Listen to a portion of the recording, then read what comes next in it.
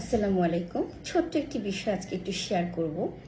Low back পেনের জন্য L4-5 যে সেগমেন্ট আছে, এটি হচ্ছে মোস্ট ভালনারেবল একটি সাইট, যেখানে বেশিরভাগ ক্ষেত্রে দেখা যায় লো ব্যাক পেন দেখা যায়, অর্থাৎ কোমর ব্যথার এটি একটি কমন সাইট।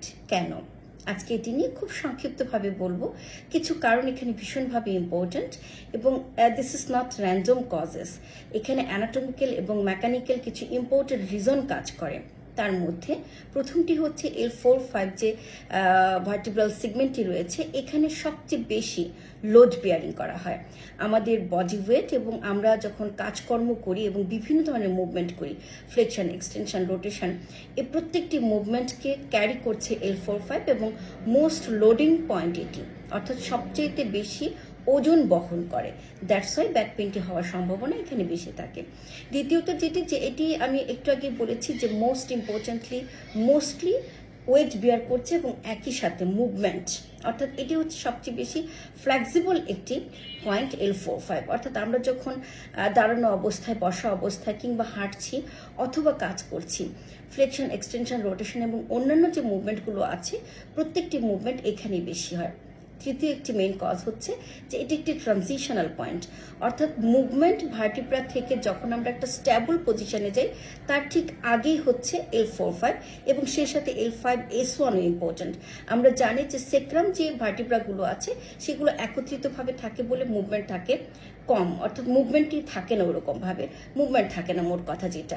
কিন্তু L4-5 কিন্তু একটি মুভেবল একটি জয়েন্ট, অর্থাৎ আমাদের বডির ম্যাক্সিমাম যখন আমাদের মুভমেন্টই হচ্ছে L4-5ই হচ্ছে।